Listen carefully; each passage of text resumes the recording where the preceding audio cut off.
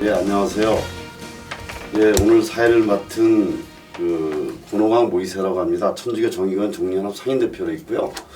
오늘 자리는 굉장히 뜻깊은 자담회가 될 것 같습니다. 천주교 내에 있는 전문가들이 보는 총선과 정치 이런 주제인데요. 그 주제에 맞게 오늘 정치학 박사님, 사회학 박사님 그리고 신부님 아주 굉장히 전문적인 분들을 자리에 초대했고요. 이런 자리 안에서 좀 더 정치를 바라보는 입장과 관점들 이런 것들을 갖다가 우리 교회 내에서 어떻게 이해하고 해석해야 되는지 같이 얘기를 나눠보는 시간을 갖도록 하겠습니다.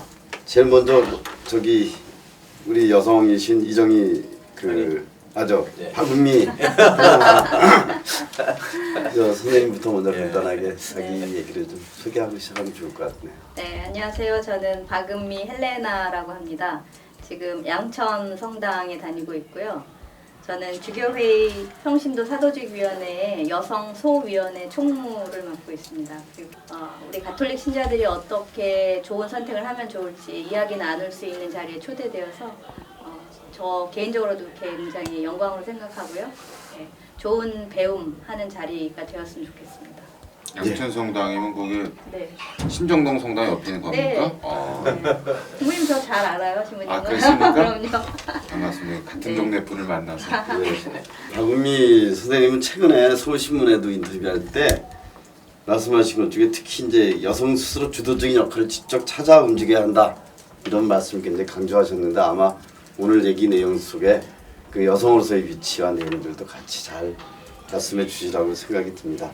그럼 두 번째는 이번에 너무 잘 아시는 신부님인데요. 박동우 신부님 최근에 신인도 붕당에 계시면서 복음의 기쁨도 번역하시고 참이 받으소서 또 강좌로 진행도 하시고 그래서 굉장히 신학적으로나 실천적으로 서울교구 정평이 위원장을 맡으시면서 굉장히 많은 역할과 활동을 하고 계십니다. 그래서 간단하게 신부님 소개해 주셨으면 좋겠습니다. 네, 쑥스럽습니다.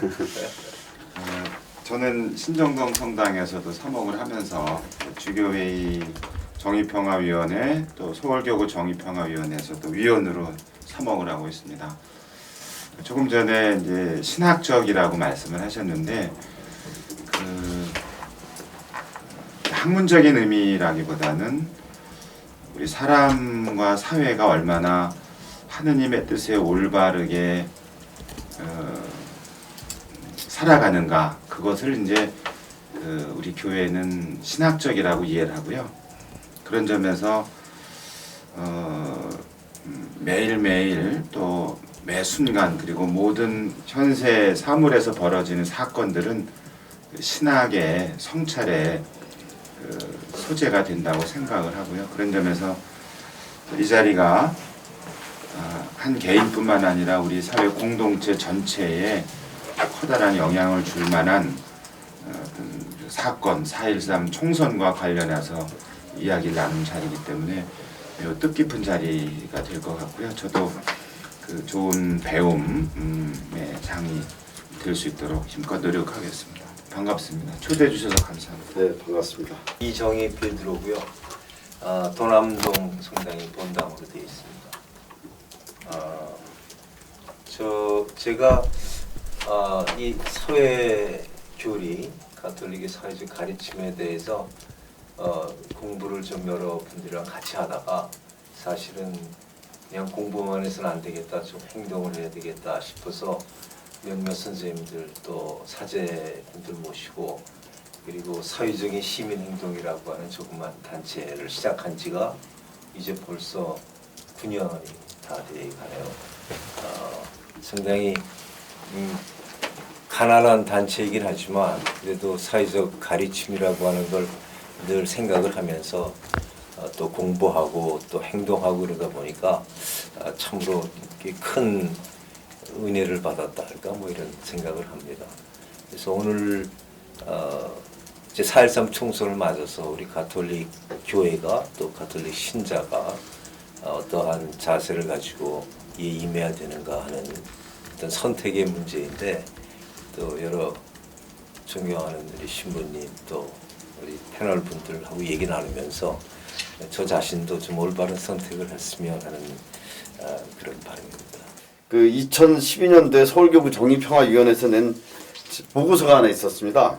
이 서울 지역 19대 국회의원 당선자 정책 공약 평가 보고서라는 내용이었는데 거의 방대하게 한 80쪽에 걸쳐서 이 한 몇 가지 주제를 가지고 좀 내용을 얘기하고 있습니다. 그래서 첫 번째 주제가 아마 그 인간의 존엄함에 대해서 그걸 갖다 세부적으로 본다면 주거권, 복지권, 평등 세 가지 내용으로 이렇게 정리됐고요.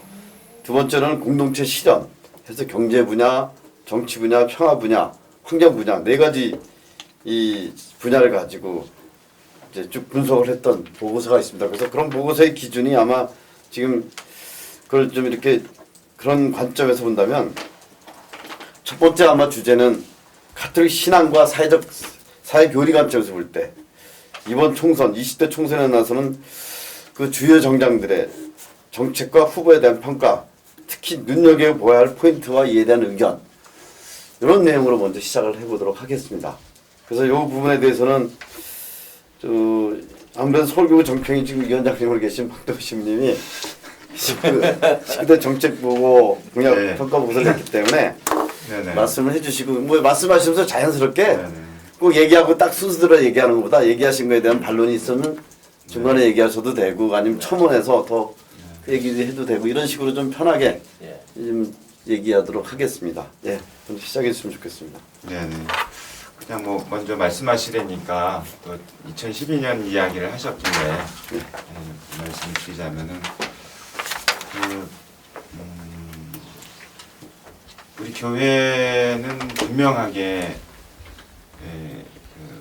갖고 있는 사회교리의 아주 기본적인 원리가 있지 않습니까? 하나는 이제 인간 존엄함이라는 아주 기초적인 거, 그리고 그 빼놓을래야 빼놓을 수 없는 거, 양보할 수 없는 인간 존엄함이라는 그 원리가 있고, 또 한 가지는 이제 그거하고 쌍벽을 이루는 거겠죠. 아니면 단순히 또 그 공동체성이라고 할 수 있는 이제 사회 정의 혹은 이제 공동선이라는 그런 그 기본적인 원리를 가지고 있고요.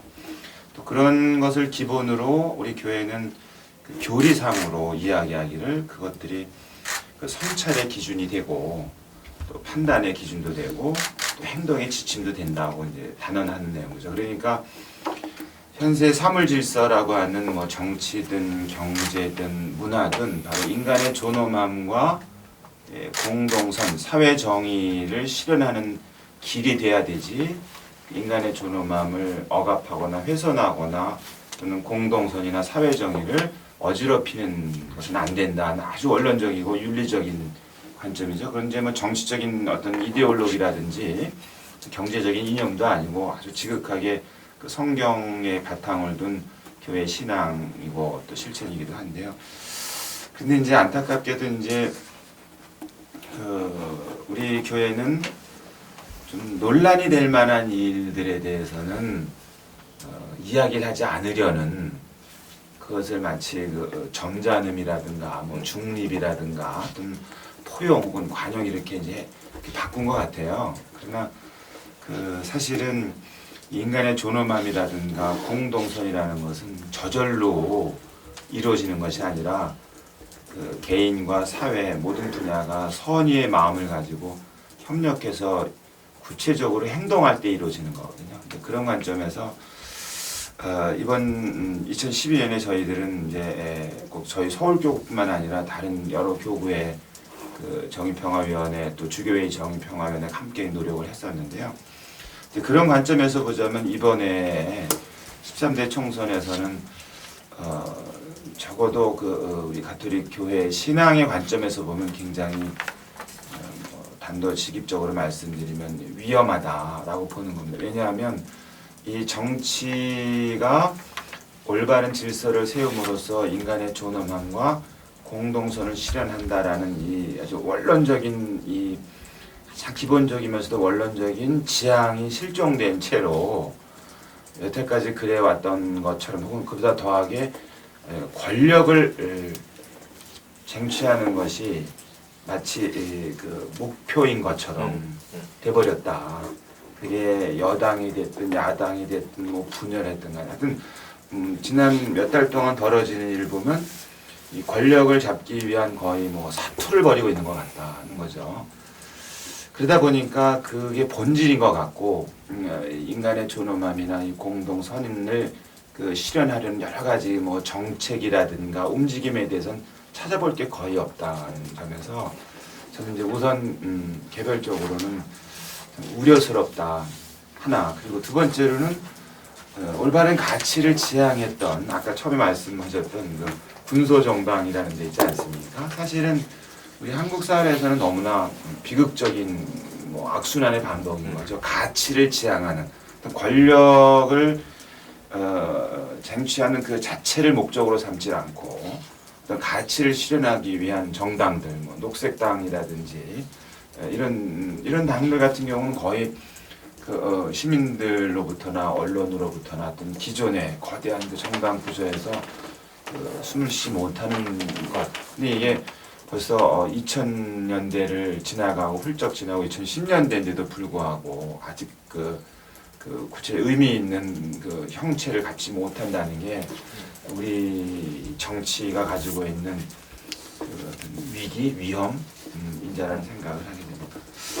저는 그래서 우리 교우들이라면 적어도 현실 정치의 메커니즘이라는 관점에서만 볼 것이 아니라 신앙의 관점에서 어떤 경우라도 정당은 또는 정치는 사람과 사회를 품위 있는 모습으로 갖고 가기 위한 도구라는 것을 꼭 좀 이렇게 마음에 두고 이렇게 눈을 부릅뜨고 살펴봤으면 하는 그런 바람을 갖습니다. 네.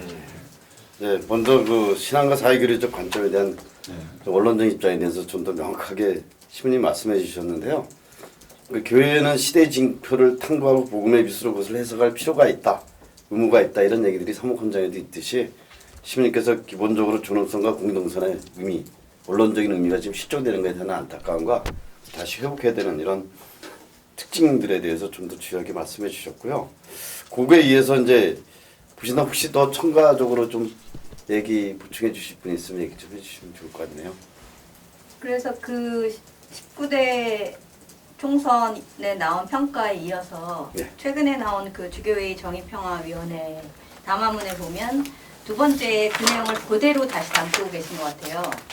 그래서 첫 번째는 투표는 국민의 권리이고 그리스도의 의무다. 꼭 투표를 하자라고 하는 거랑 두 번째가 아까 시부님께서 말씀하신 내용인데 공동선과 정의, 평화에 기여하는 후보를 선택하자라고 하는 거였고요. 세 번째는 이제 깨끗하고 겸손한 정말 일할 사람을 뽑자라고 하는 그 세 개로 압축해서 담화문에 나와 있죠. 네. 그래서 두 번째 특히 공동선 그리고 사회 교리에 입각한 평화와 정의라는 가치를 구현하려고 하는 정치인을 뽑자라고 하는 것이 저희 교회의 주요한 입장이 아닌가 생각합니다.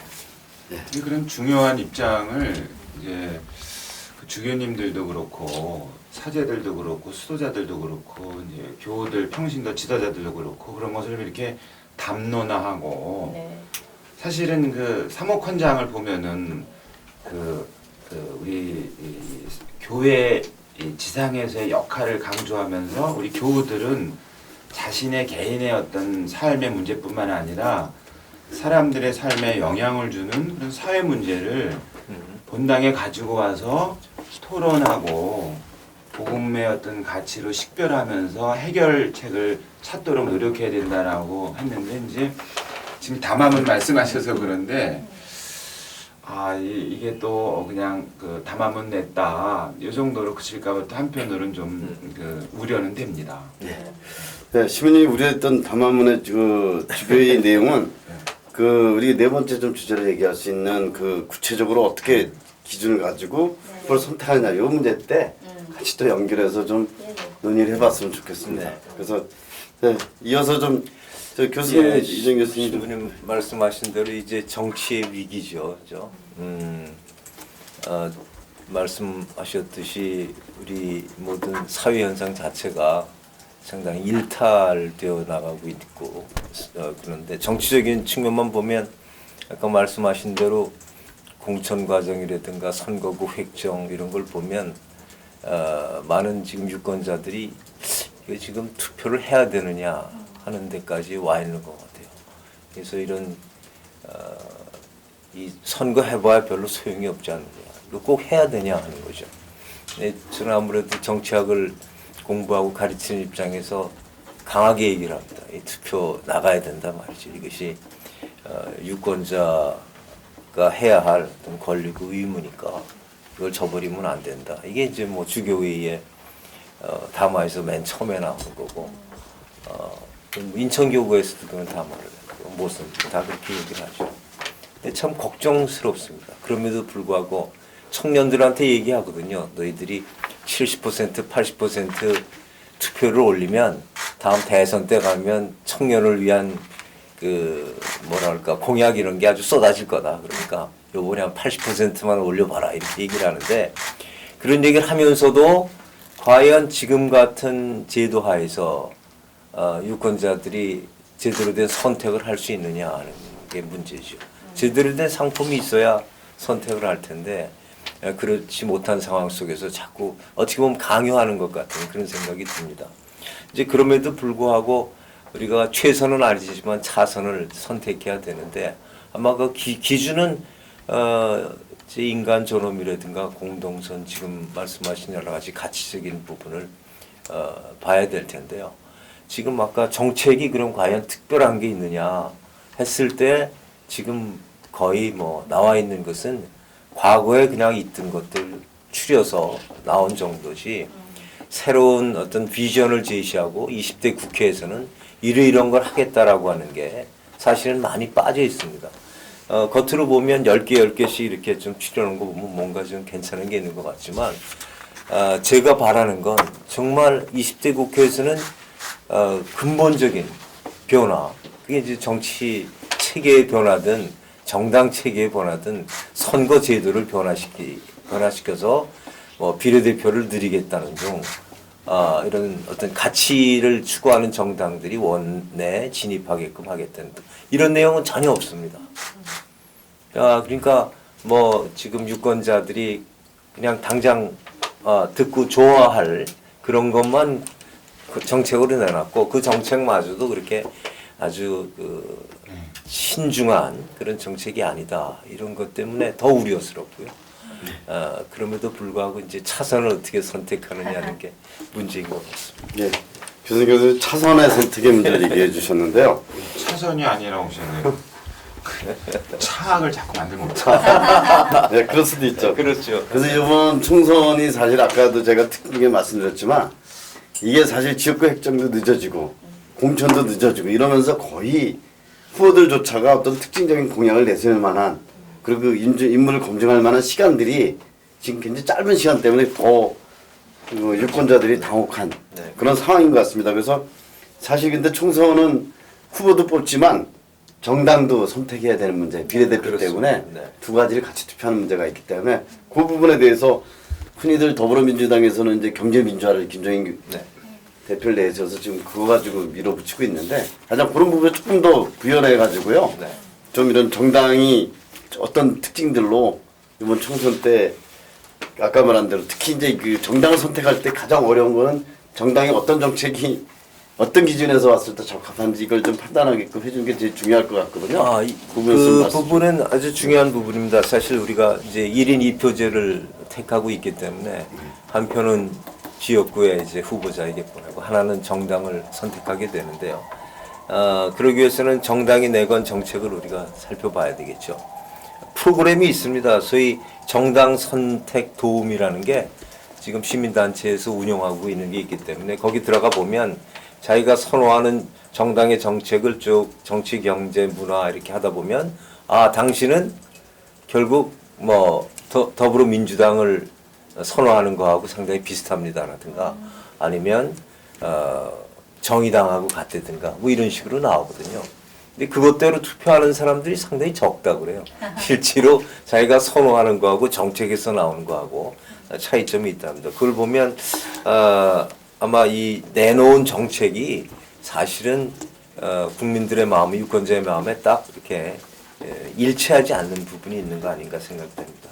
제가 일별에 보면 지금 말씀하신 대로 더불어민주당은 경제 민주화를 내세우고 있습니다.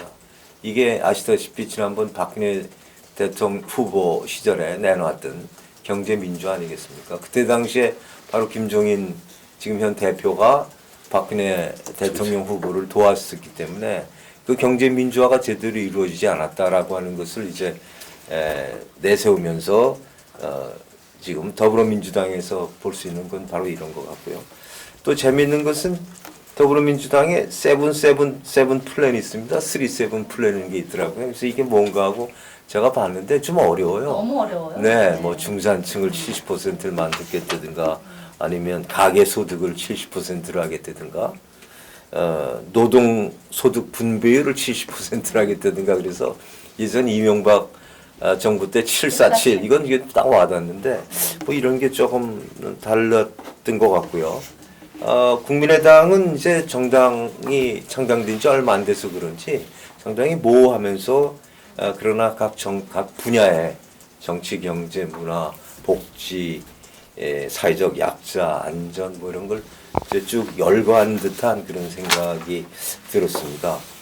좀 자세한 그 내용, 그다음에 내용을 풍부하게 만들기 위해서 볼륨은 새누리당 거 상당히 풍부해 보이긴 하는데 글쎄요 어떤 실천력이라든가 그것을 재정적으로 어떻게 뒷받침하겠다든가 하는 것은 물론 있습니다만 피상적으로 있는 것 같아서 아마 정책을 이렇게 비교 분석해서 정당을 선택하는 것 그 자체는 어려울 것 같고요. 그 외에 다른 부분들도 좀 봐야 될 것 같습니다. 앞으로 이 정당이 20대 국회에 들어가서 어떠한 모습을 보일 건가 하는 것도 좀 생각을 해서 여러 가지 고려해서 두 번째 투표를 해야 되지 않을까 이런 생각이 드네요. 저도 이번에 그러면 조금 크게 새누리당, 더불어민주당, 국민의당, 정의당 이 큰 좀 4개 정당의 그 10대 정책만 좀 살펴봤는데요. 지금 교수님 말씀하신 거랑 저도 뭐 비슷한데 이게 뭐 10가지로 항목화된 것만 가지고는 뭐 구체적으로 어떻게 실현할지 확인하기 참 어렵다 이런 생각이 들면서도 새누리당 저는 10대 정책을 보면서 되게 돈 버는 거에 되게 많이 초점을 맞췄구나. 그냥 그 남들 이렇게 현혹하기 쉽게 그런 생각이 많이 들었어요. 현역이 아니라 격려. 그리고 나머지 더불어민주당과 국민의당, 뭐 정의당은 좀 비슷한 편인데 조금 더 항목별로 구분하면서 뭐 경제, 뭐 청년, 복지 뭐 이런 식으로 좀 세분화해서 하려고 하는 시도들을 좀 엿볼 수 있었습니다. 저는 여성 쪽에 좀 어떻게 더 정책이 구분이 되어 있나에 조금 더 관심을 가지고 봤는데요. 새누리당은 사실은 10대 정책 안에 여성이 따로 차별화되어서 나와 있는 정책은 없었고요. 나머지 3개의 정당은 여성을 이제 양성 평등적 관점에서 여성에게 좀 안전한 사회 그리고 여성 복지에 많이 구현하는 그런 내용들이 좀 공통적으로 들어 있었던 것이 새누리당 정책하고 조금 더 차별성 있게 드러나고 있다는 생각이 듭니다. 그런데 뭐 이게 정강 정책이 중요한 게 아니라 정말 어떻게 실현할 건지 그걸 좀 봐야 될 것 같은데요. 지금까지 각 국회의원들이, 각 정당 국회의원들이 보여주었던 여성에 대한 어떤 발언 혹은 행동 같은 거 보면 그 당의 여성 정책 같은 거 우리가 간접적으로 알 수 있지 않나 싶어요. 예를 들면 새누리당 국회의원들이 뭐 여성 비하 혹은 여성 차별 혹은 여성에게 굉장히 폭력적인 그런 말을 한다든지 행동을 하는 국회의원들이 굉장히 많았잖아요. 그랬는데 처벌은 좀 미약하게 지나가는 그런 것들을 우리가 많이 보고 지금 20대 총선을 임하기 때문에 그런 것들에 대해서 특히 여성들이 좀 민감하게 대응해야 되지 않을까 그런 생각이 저는 개인적으로 듭니다. 네, 그런 면에서 보면 뭐 우리나라 최초의 여성 대통령으로 박근혜 대통령이 당선이 됐는데 그러니까요. 그때 많은 여성들이 기대했던 게 뭐 여성들의 지위 향상이라든지 권리가 뭔가 달라지지 않을까라고 했는데 뭐 그 부분에 대해서는 어떻게 이번 총선에 그런 게 집권 여당 입장에서 뭐가 변화로 반영이 되는 건지 그런 것들이 좀 어디 보이는 게 있는지 궁금하기도 하거든요. 저는 요즘에 그 TV에 보여지는 각 정당의 그 국회의원들 모습 보면 왜 새누리당 경우에 이 앞에 로고에 마더센터 이렇게 달고 나와서 네. 홍보하잖아요. 근데 마더센터는 사실은 이미 시행되고 있는 정책인데 마치 엄마들을 위해서, 여성들을 위해서 뭔가 새로운 공약을 내놓은 것처럼 이렇게 로고를 달고 있는 거 보면 참 프레임을 잘 잡는다 이런 생각이 들어요. 네. 그래서 마치 새롭게 뭔가를 하는 것처럼 보이게 만들잖아요. 근데 과연 새누리당은 여성에 대해서 정말 얼마나 친화적이고 그런가. 심지어 대통령이 여성임에도 불구하고 여성에 대해서 얼마나 그럼 더 잘해달라는 걸 바라는 건 아니고요. 더 처우나 어떤 여성의 그 뭐 살림살이나 이런 게 나아졌나. 그런 면에서는 정말 저는 회의적이다 이런 생각이 듭니다. 네. 예, 그 부분하고요. 또 아까 경제민주화 얘기했는데 사실 저는 이제 저기 지역의 이제 군소 상인들 특히 이제 여러 가지 요번에 그 큰 재벌에서 운영하는 큰 상가가 들어오면서 그 맡을 때는 이제 만나게 됐었는데 가장 크게 이제 피부에 와닿는 게 이 소비가 활성화되지 않으면서 경쟁이 이제 어렵다. 그거 하나하고 두 번째가 일자리 창출의 문제. 네. 이게 지금 전혀 정책적으로 뭔가 오늘 설명되지 않고 갈수록 청년 실업은 지금 12% 이상으로 올라가고 있고 더군다나 재벌들이 보유하고 있는 현금 보유액이 거의 60조에 가까운 현금 자산을 그냥 투자도 안 하고 보유하고 있는 그러면서 전혀 소비가 늘지 않으면서 디프레이션 현상까지 지금 나타나고 있는데 이 경제가 어려운 부분에 대해서 사실 경제 민주화를 구체적으로 어떤 식으로 설명하고 있는지 사실 일반인들 잘 모르거든요. 정책만 가지고는 잘 와닿지가 않아서 사실 그런 부분은 어떤 차이로 좀 경제 민주화를 강조하고 있는 건지 가장 주된 화두가 아마 지금 소비가 돌아서 경제가 활성화시키는 이런 측면에 대해서는 이전에 김무성 대표도 얘기했었지만 전혀 실현된 게 없었거든요. 말로만 얘기되고. 그래서 이번에 어떤 기대치가 있을지 총선에서 내놓은 공약의 경제 민주화가 어떤 해결의 단점이 될지. 예. 지금 이제 우리 사회자님 말씀하신 그 맥을 조금 달리하는데요. 예. 그 제가 1959년생이거든요. 예. 예. 그러니까 초등학교 때부터 지금까지 거의 한 50년 가까이를 이 경제 문제에 그냥 맞아요. 잘 살아보세부터 해서 뭐 경제개발 5개년 계획부터 해서 그냥 뭐 한 거거든요. 근데 그거를 저는 이제 우리 교회의 신앙의 사회계의 관점에서 보면 이건 일종의 그 화장술이다. 사실은 경제 민주화라고 내세우는 분들이나 경제를 살리겠다는 분들이나 소비를 진작시키겠다는 분들이 그럴 뜻이 있는 사람들인가? 그거를 모르는 사람일 수 없다.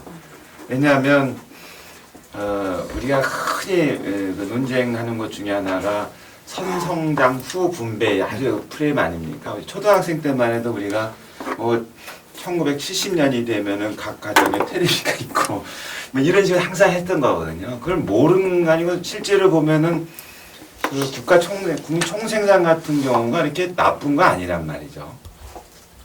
그렇잖아요. 네, 예.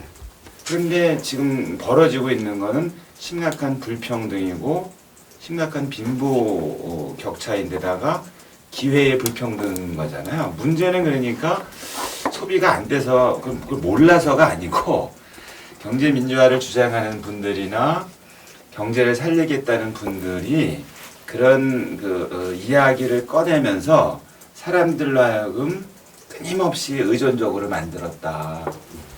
할 수 있는 길은 분명히 있는데도 그게 우리는 분배 정책이라고도 말하고 분배 정책의 가장 기초적인 게 우리는 조세 정책이라고 말하고 조세 정책의 가장 기본적인 것이 누진정이라고 말하는데 그런 엄연히 아주 소박하면서도 단순하면서도 상식적인 수단이 얼마든지 있었음에도 불구하고 그걸 안 하는 거 아니에요. 그게 대기업이 됐든 이런 것든 간에요. 그러니까 또 이런 커다란 어떤 국면이 접어들 때마다 또 다시 한번 이제 논쟁을 할 것이다. 정치 민주하고 어떤 그런 사회들 시민들은 거기서 이제 둘 중에 하나 선택하도록 그런 것을 고민하는 순간에 이제 다시 한 걸음 더 뭐라자면 그 탐욕스러운 그 시스템 안에 또 한 번 발을 들여놓는 결과를 가져오는 게 아니냐. 그거를 왜 모르겠어요.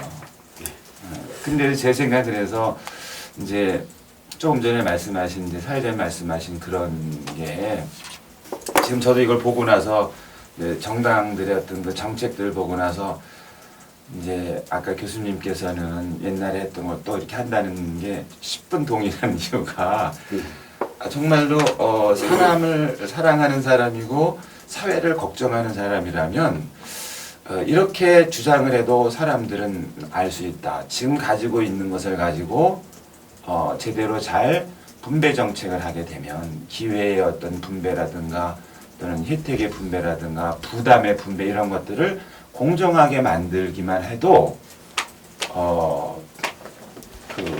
얼마든지 좋은 사회를 만들 수 있습니다라고 주장하는 얘기를 아무도 안 하는 배경은 뭘까?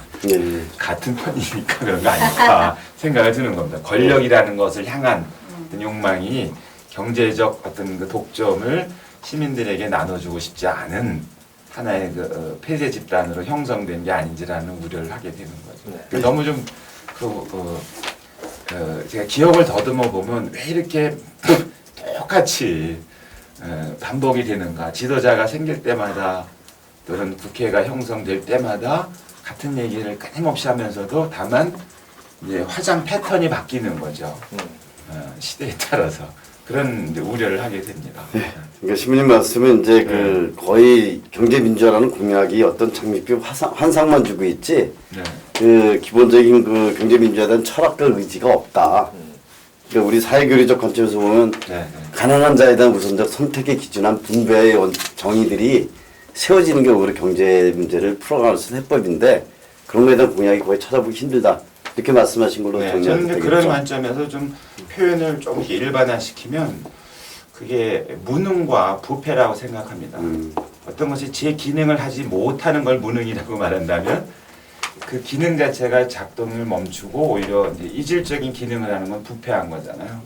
그런 점에서는 무슨 아주 부정적인 뉘앙스뿐만 아니라 아주 비판적 관점에서 우리의 경제와 사회는 어쩌면 무능과 부패가 그 일상으로 자리 잡는 모습을 보인다 그렇게 보고 싶어요. 그래서 지금 정당에서도 왜 경제가 순작동을 하면 사람과 사회를 위해서 작동을 할 수 있는 길을 그 똑똑한 분들이 왜 모르겠습니까? 다만 자기들이 갖고 있는 그 기득권이나 이런 걸 놓고 싶지 않기 때문에 여러 가지 현란한 수사를 사용해서 그 논쟁을 만들어내고 보통의 시민들은 거기에 이제 막 화가 나고 이러는 것 아닌가 생각합니다. 네. 뭐 진정한 사실은 경제 민주화라면 몇 개의 정당에서는 정책에 나와 있는데 양극화 해소잖아요. 상위의 몇 퍼센트가 갖고 있는 거대한 부를 하층으로 다 분배하는, 공정하게 분배하는 게 목표고, 그래서 양극화 해소일 텐데 그 양극화 해소를 하려면 사실은 세금을 더 많이 걷어야 되잖아요.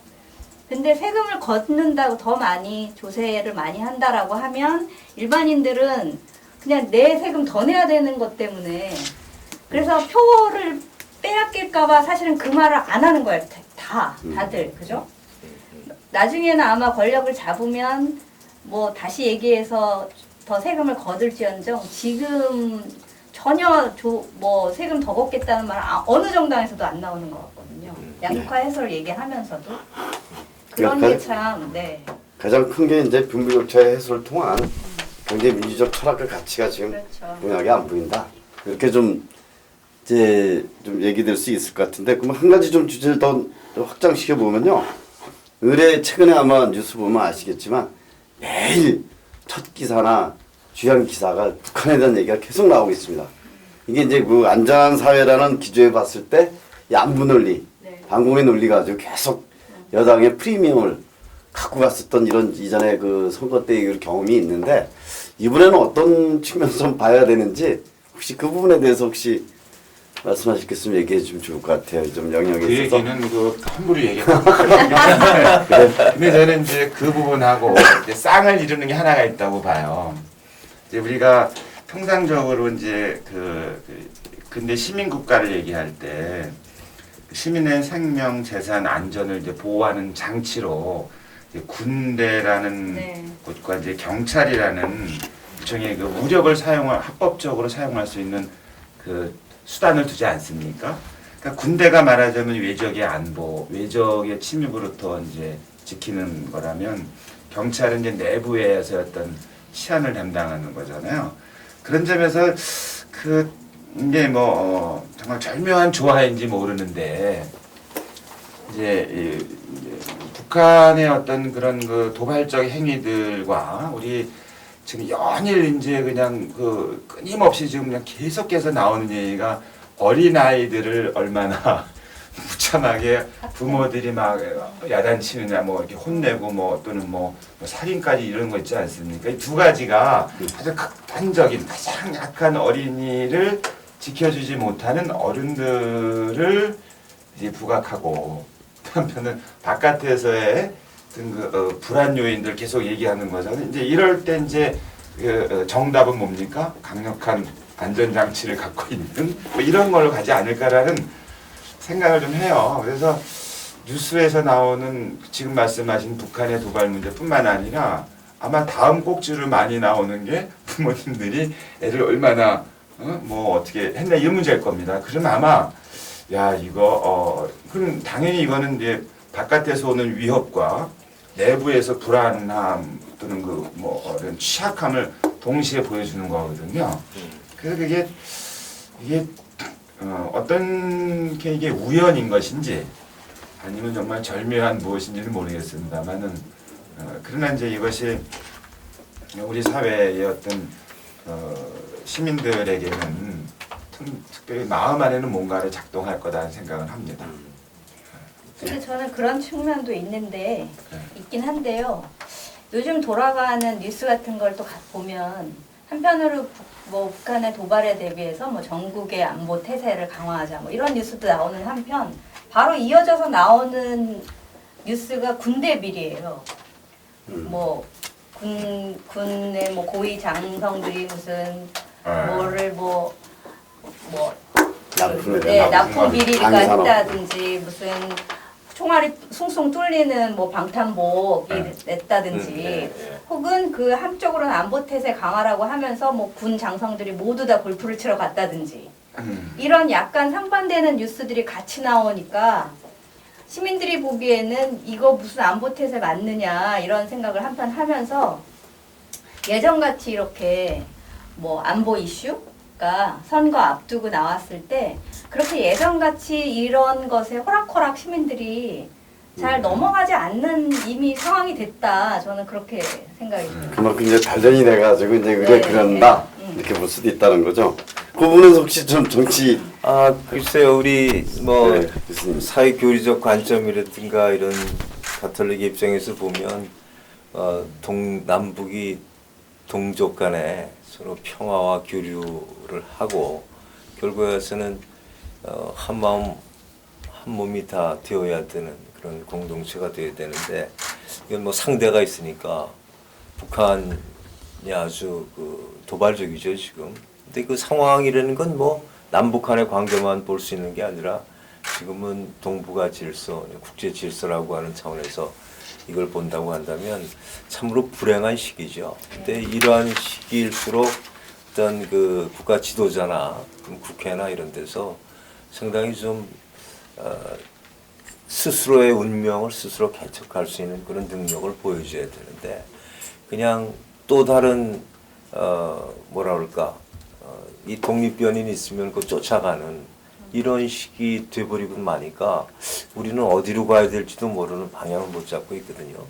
그래서 어떻든 간에 20대 국회에서는 우리의 나아갈 길이라고 하는 것을 좀 더 명확하게 밝힐 수 있어야 됩니다. 그러니까 주변에 휘둘리다 보면 아무것도 안 되는 거 아니겠습니까? 결국에 가서는. 근데 지금까지의 맨 처음에 그 박근혜 정부가 들어섰을 때 내세웠던 여러 교류 협력이라든지 화해 뭐 이런 건 지금 거의 다 완전히 180도 지금 바뀌고 있는 상황입니다. 그래서 참으로 걱정스럽다 이런 생각이 들고요.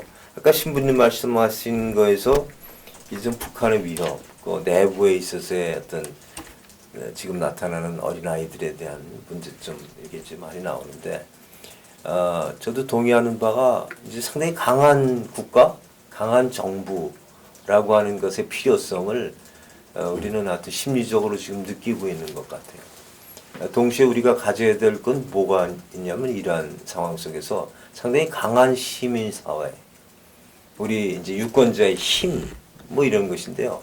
지금 상당히 좌절감에 빠져 있는 것 같아요. 그래서 우리가 저는 이번 선거를 통해서 20대 총선에 임하는 우리 유권자들에게 우리 스스로 서로 격려하는 가운데 우리가 여태까지 해나온 것이 있지 않느냐 말이죠. 우리가 6.29 선언도 얻어냈고 권위주의 정부를 쓰러뜨린 우리 시민사회에 축적된 힘이라고 하는 것을 우리가 잃어버리면 안 되겠다. 그 기억을 잊지 말고 우리가 이승만 정권, 박정희 유신, 그다음에 87년 6.29 선언 이런 거 다 얻어냈지 않습니까? 이제 이런 힘을 갖고 이번에 정치권이 지금 참 정말 파행적인 모습을 보이는데 여기 제대로 된 심판을 한번 해서 각 지역구마다 선거구마다 심판할 대상이 있을 겁니다. 뭐 어떤 시민단체는 소위 걸림돌이 되는 국회의원 후보들을 지금 이렇게 보여주고 있거든요. 네. 사회통합의 걸림돌, 뭐의 걸림돌, 걸림돌뿐만 아니라 디딤돌도 내놨더라고요. 이런 사람들은 참 훌륭한 사람이다 하는 식의 그런 것도 좀 보면서 제대로 된 선거에 임하는 자세로 한다면 투표율도 좀 어찌 보면 지금 정치권은 50% 이하로 떨어지는 걸 원할지도 모릅니다.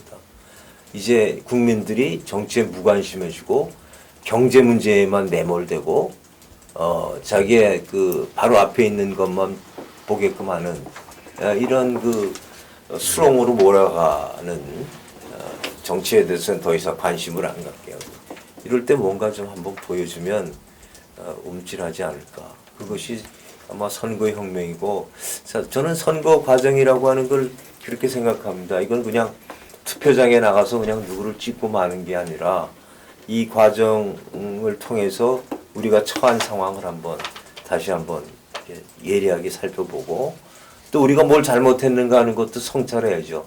왜 정치권이 이렇게 막 하는가? 우리를 왜 무시하게 됐는가? 우리는 왜 지금까지 지역 투표를 계속 해왔고 우리는 우리가 아는 학연 이런 걸 통해서 투표를 해왔는가? 또 반성하고 성찰하고 그러면서 뭔가 좀 보여줬으면 좋지 않겠느냐 이런 생각. 지금 교수님이 이제 제대로 된 심판이 필요하고 그걸 통한 어떤 선거 혁명이 이제 필요한 시기다 이렇게 얘기하셨는데 더 얘기할 내용이 있지만 자연스럽게 두 번째 주제로 넘어가서요. 네. 이번 총선의 결과를 이렇게 본다면 이미 벌써 예견되어지는 얘기들이 나도는 것 같아요. 그 첫 번째는 아까 그 교수님 말씀하셨듯이 이제 투표를 낮게.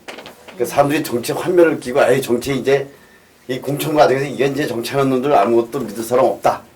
그냥 이런 정치에다 불신을 자꾸 심어주면서 정치 투표를 낮추게 하는 이런 과정에 대한 우려가 하나일 거고 아마 두 번째는 수도권이 변수일 텐데 수도권에 아마 국회의원 투표 수가 3분의 2를 차지한다고 거의 가깝게 거의 절반 가까이. 네, 절반 가까이 넘어가는 이런 상황인데 수도권이 아까 여소야대의 특징에서 본다면 지금 다 군소정당까지 후보를 다 내있는 상태라서 그런 상태에서 이 결과를 어떻게 예측해야 되느냐. 물론 이제 예측되는 결과는 있어요. 먼저 첫 번째는 영남권은 당연히 이전에 관례대로 직접 특성을 가지고 이제 새누리당을 찍을 거고 호남 쪽은 지금 더불어민주당과 국민의당이 얼마큼 나눠가질 것이냐 그 이제 비율의 문제가 아마 얘기가 될 텐데 그래서 가장 큰 변수는 아마 제가 볼 땐 수도권 적이 될 것이다. 이제 이렇게 좀 내다보는데 두 번째 주제가 뭐냐면 총선 결과를 어떻게 예상하고 그 결과 항소에 어떤 영향을 미칠 것이냐. 사실 이 미치는 영향은 아까 말씀드린 것처럼 교수님이 얘기하셨던 선거혁명이 안 될 수도 있거든요. 그러니까 그런 어떤 결과에 대해서 우리가 어떤 식으로 이제 바라봐야 되는지 사실 이거는 지금 언론에서 얘기하는 것과 다르게 좀 우리 교회적 관점에서 굉장히 중요한 어떤 화두가 될 수 있겠다라는 생각이 들어서요. 이 부분에서 먼저 좀 어느 분이 말씀 좀 시작을 해주면 좋겠는데요. 저는 총선 결과 예상은 진즉부터 안 했고요. 대신에 그 영향 영향에 대해서는 생각을 해보는데요. 네, 예. 아마 조금 전에 우리 교수님 말씀하신 것에 지금 그 기로라고 생각합니다. 이제 강한 정부라는 어떤 그 부지부식간의 그런 그 기류에 따라서 시민사회가 아예 그 오랫동안 그래도 그 열심히 그 축적되었던 역량을 갖고 있던 시민사회가 사실은 지난 몇 년 동안에 정말 그것을 무력화되는 과정 중에 하나거든요. 무력화시키는 과정일 수도 있겠고요. 그러니까 강력한 그 정부와 그 파편화된 개인화로 갈 것인지 아니면 다시 한번 어떤 전환점을 맞아서 그동안 이제 동력을 많이 잃어가거나 혹은 이제 그 지치는 거죠. 스스로 지친 게 아니라 그냥 정말 그렇죠. 지치게 만든 거죠. 그런 시민사회가 다시 한번 새로운 힘을 얻고 이제 다시 이제 뛸 수 있는 그런 계기가 될까.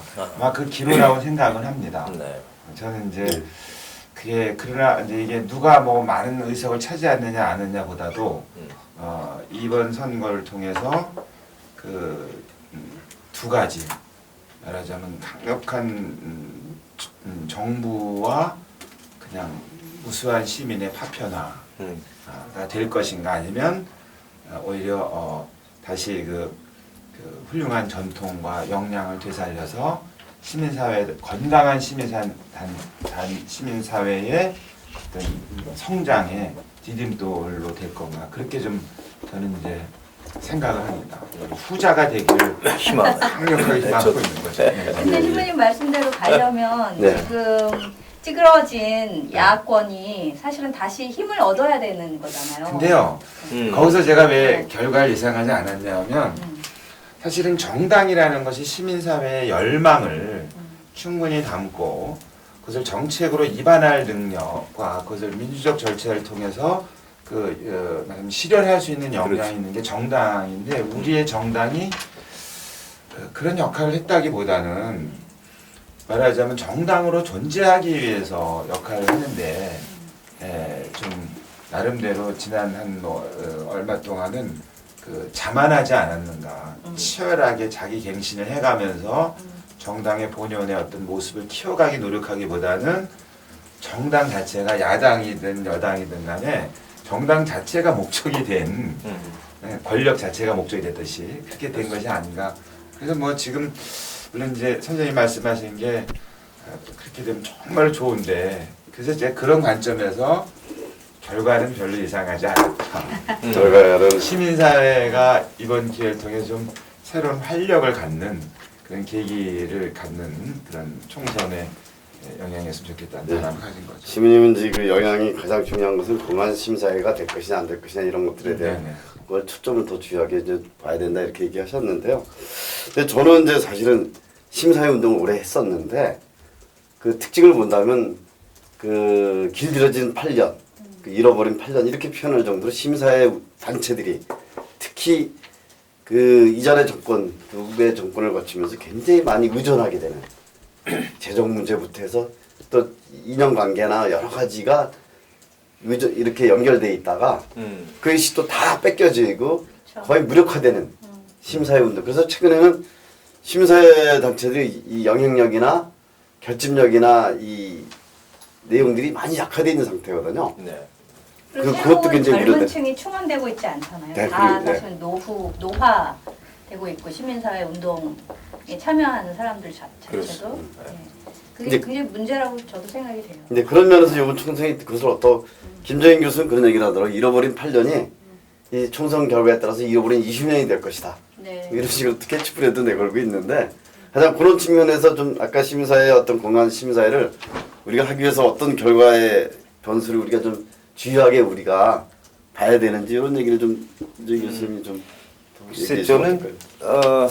시민사회는 이제 어떤 위기가 있으면 또 힘을 발휘할 수 있는 게 우리의 저력이라고 저는 믿어요. 그래서 저는 희망을 갖고 있는데 이번 총선에서 그걸 보여줄 수 있을 건가 하는 데서 좀 의구심이 있고요. 그러나 이번 총선을 거쳐서 또 상당한 이제 지금 집권 여당이 다시 과반수를 훨씬 넘게 차지한다거나 또 야권의 분열 이런 걸 통해서 또 어부지리도 더 얻게 되고 지금 뭐 의석수를 이렇게 세마는 건 상당히 의미가 크지는 않겠지만 대부분의 그 예측하는 분들은 여론조사하는 분들은 뭐 과반을 넘는 건 거의 뭐 확실시되는 것 같아요. 뭐 어떤 분들은 160석은 뭐 무난하지 않겠느냐. 그다음에 105석, 25석, 5석 뭐 이렇게 되면 한 300석 될 겁니다. 되게 그 정도 플러스 마이너스에서 저기 잡고 있는데 저는 이제 우려하는 바가 뭐냐면 보수화의 길입니다. 그러니까 우리 사회가 그렇지 않아도 지난 이명박 또 박근혜 정부 들어서서 계속해서 보수화되고 있는데 이것은 그 정권 자체가 보수적인 것도 문제가 있지만 어떤 리더십 스타일 자체도 상당히 보수화되고 있고요. 그것이 이제 세계 경제 질서하고 맞물려 가면서 이게 아주 공고화되고 있거든요. 그래서 저는 그게 상당히 좀 우려스럽습니다. 그래서 시민사회는 뭐 나중에 하면 움츠할 수도 있겠지만 전체적인 보수화의 경향이라고 하는 것이 우리 사회를 전반적으로 휩쓸고 간다면 또 북한의 무슨 위협 또 국내외 여러 가지 안전 문제 이런 거 하면서 국가가 강해져야 되고 그다음에 뭐 소위 감청하고 테러 방지법 이런 거 생기지 않습니까? 이제 보수화가 되는 것이 이게 참 문제다. 근데 이제 아까 잠깐 우리 저 신부님이 말씀을 하시니까 저도 말씀을 드리면 교회 보수화 역시 상당히 큰 문제로 다가오지 않습니까? 그래서 이것이 그냥 그 안에서 계속 하다 보면 우리 사회교리 주간이 생긴 지가 한 6년 되나요? 벌써 4년, 5년 됩니다. 5년째 되잖아요. 11년에 만들어졌나. 그러니까.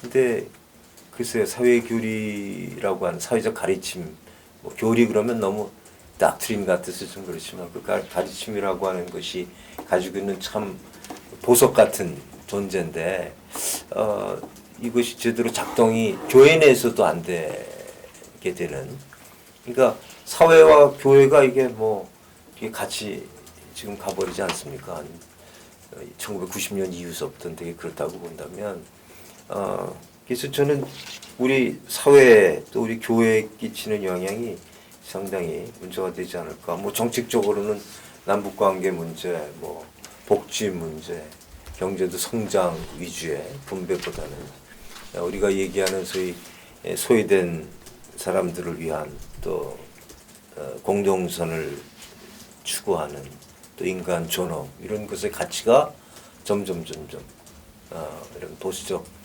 물결 속에서 이렇게 갇히지 않을까 하는 그런 우려 됩니다. 보수화된 우려가 아마 총선 이후에 좀 심각하지 않을까 이렇게 말씀해 주신 것 같습니다.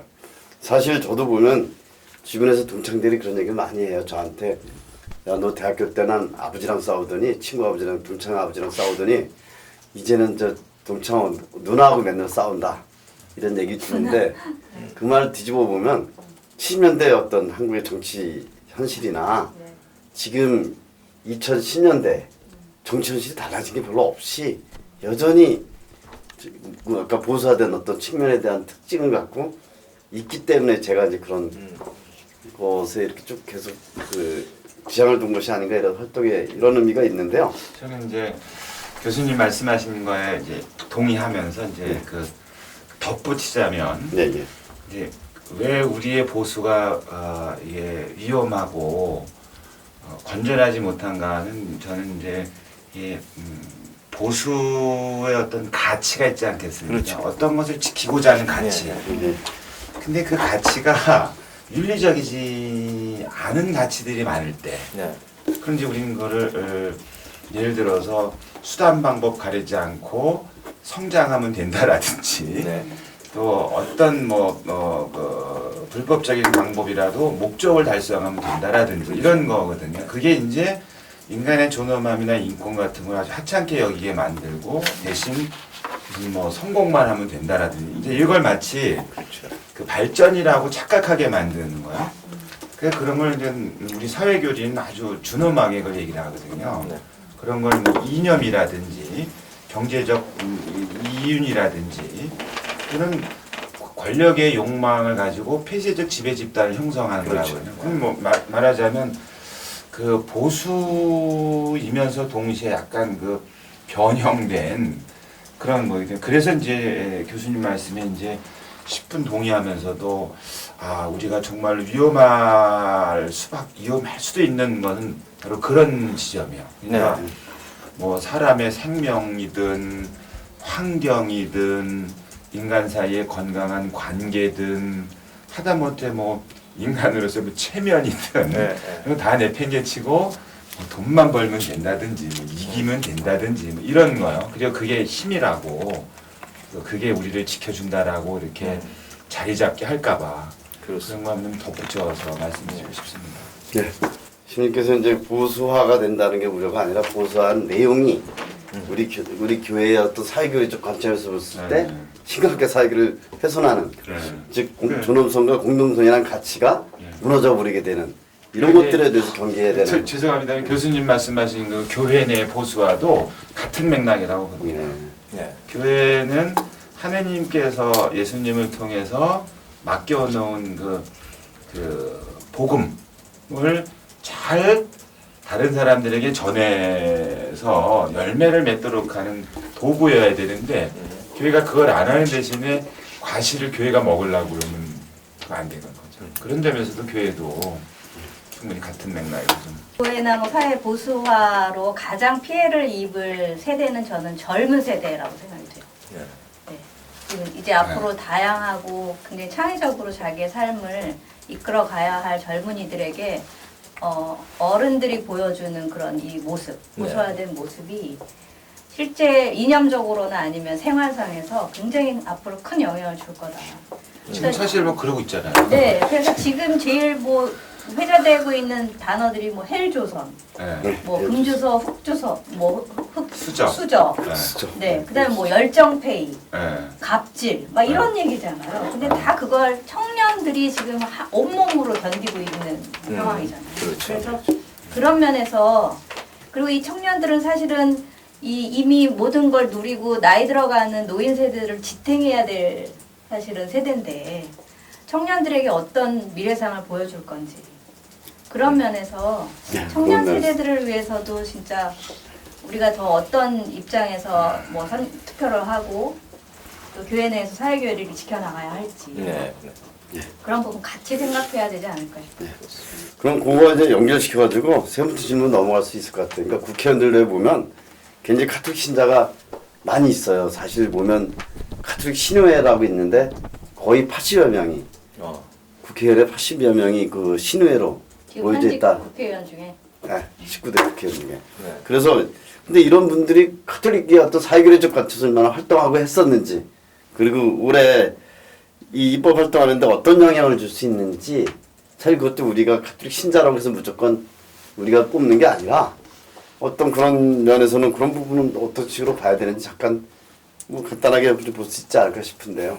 아까 교회 보수화만큼 이 카톨릭 그 신자인 국회의원들은 그럼 어떤 모습으로 이게 활동을 해야 되는지. 프란치스코 그 교황님의 그 복음의 기쁨에 교회가 직면한 도전 가운데 하나가 바로 그 우리 표현이 좀 그렇습니다만 교우들 평신도들의 어떤 그 양성과 관련된 부분입니다. 그러니까 프로페셔널한 분야 그 분야에서 복음적 가치를 실현하도록 교우들을 격려하고 용기를 불어줘야 되는데 교회는 그걸 안 했다.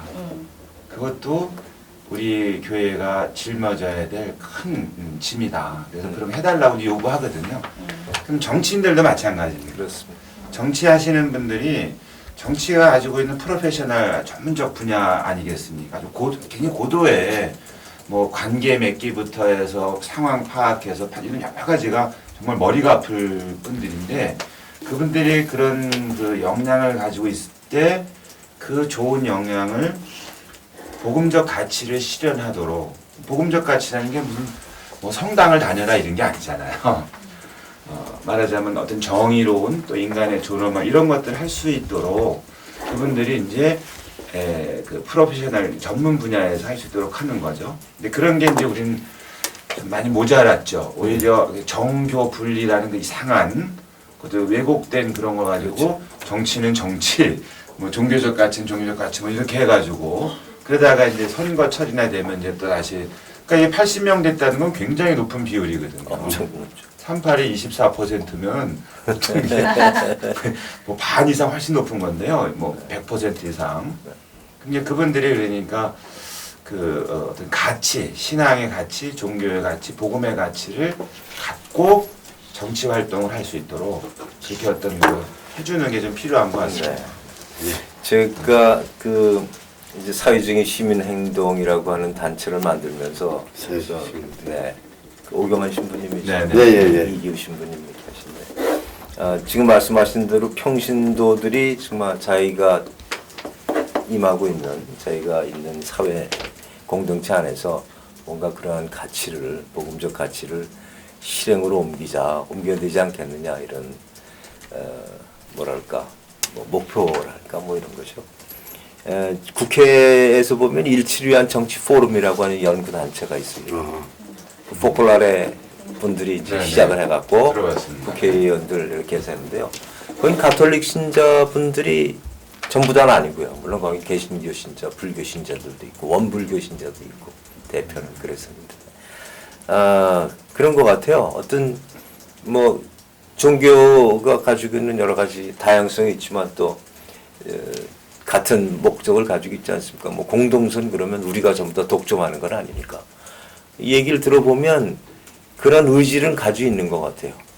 해야 되겠다. 국회의원들이. 의지는 있다. 근데 그거를 현실을 뛰어넘을 만큼 강한 힘을 갖지 못해요. 그게 참 안타깝더라고요. 제가 옆에서 이렇게 보면 개인적으로 보면 다들 훌륭하고 좋은 생각을 가지고 있지만 실제로 국회에 가서 정당 체계 안에서 네네. 국회 제도 안에서 그것을 제대로 구현할 수 없는 그러니까 그게 핑계가 될 수도 있겠다는 생각이 있더라고요. 뭐 초선 의원, 뭐 재선 이런 것도 다 있고. 그래서 좀 안타까워요. 그래서 80명에 있는 분들이 정말 조금씩이라도 더 분발하면 국회는 달라질 수 있을 것 같습니다. 저는 그렇게 보고 정말 글쎄 이거는 나중에 우리가 한번 좀 생각을 해보셔야 되는데 그냥 추기경님이나 이런 분들이 20대 국회가 개원되면 되게 거기 가서 미사 한번 하시고 뭐 차 한 잔 마시고 열심히 하십시오 하는 정도가 아니라 이분들에게 정평위에서 사회교리를 좀 아마 작년인가 재작년인가 몇 년 전에 네. 그게 이런 선거랑 선거 후였는지 모르지만 그 사회교리 그 책을 선물로 준 적은 있습니다. 네. 네. 근데 그게 어떤 계기였는지 자세히 기억이 안 납니다. 네. 일치련 정치 포럼도 사실은 국회에서만 머물러서는 안 되거든요. 그게 이제 그러니까 일치련 정치 운동본부죠. 그게 이제 네네. 포클라레에서 이태리에서 네네네. 시작된 건데 그런 운동들이 좀 이렇게 네. 파급이 돼서 했으면 좋겠다는 생각이 듭니다. 네. 저도 그 모임회를 우연치 않은 계기로 한번 갔었는데요. 아, 그러셨군요. 국회 모임에. 네. 그때가 세월호 사건 나고 얼마 안 되었을 때 모임을 한번 했어요. 근데 그 모임을 하면서 어떤 국회의원, 그 당시 국회의원이었던 여성분이 계속 우시더라고요. 여당 국회의원이셨는데. 박현숙 국회의원. 그래서 저분이 뭐 진짜 좀 생각이 있으신가 보다. 그러면 그게 이제 그 의정 활동으로 옮겨져야 되잖아요. 근데 그거랑 달랐어요. 그래서 저는 이 가톨릭 신자 국회의원이면서 가톨릭 신자 자체라고 해서 우리가 표를 주거나 하진 않잖아요. 근데 가톨릭 신자로서 의정 활동을 잘했다고 평가받는 거는 가령 자기가 갖고 있는 힘을 가지고 뭐 어디에다 예산을 좀 끌어왔다든지 뭐 이러면 좀 칭찬받는 게 상황이 아닌가 싶어서 우리가 이렇게 네거티브하게 어떤 사람은 가톨릭 신자지만 제대로 잘 의정 활동에 구현을 못한다 이것만 비난할 게 아니라 네. 잘하고 있는 분이 혹시 있다면 신행동에서는 저희 하시죠. 합니다. 네, 그래서 그래서 이제 네, 공동성 의정 네. 활동상을 막 제정해서 네네. 그 하고 그래서 좀 있습니다. 더 알리고 네. 그래서 더 그 사람의 의정 활동을 잘하고 그 사회교를 구현하는 활동을 할 수 있도록 더 긍정적으로 촉진하는 그런 활동을 네. 좀 더 많이 하면 좋겠다라는 생각이 저희가 공동선 의정활동상을 이제 이번에 7회까지 이렇게 했거든요. 근데 거기 가톨릭 신자분들이 물론 있습니다만 뭐 그 상관없이 소외된 사람들을 위해서 우리의 불우한 사람들 또 이 공동선 뭐 이런 가치를 위해서 열심히 의정 활동한 사람분들을 한 3분씩 선정을 하거든요. 의미가 있는 것 같아요. 네. 네, 상당히 좀 격려도 하는데. 네, 지금 말씀하신 거는 이제 가톨릭 신자인 국회의원을 뽑는 게 중요한 게 아니라 그렇죠. 가톨릭 신자인 국회의원이 어떻게 의정활동을 잘하도록 내용을 만들어 가야 되느냐 네. 이런 문제에 대해서 더 주요하게 고민되고 실현돼야 된다. 그런 것 이렇게 같은데요. 네, 말씀하신 것 같습니다. 그래서 이 정도로 해서 세 번째 주제는 마치고요. 네. 잠깐 진행상 쉬는 시간을 네네네. 10분만 좀 갖도록 하겠습니다.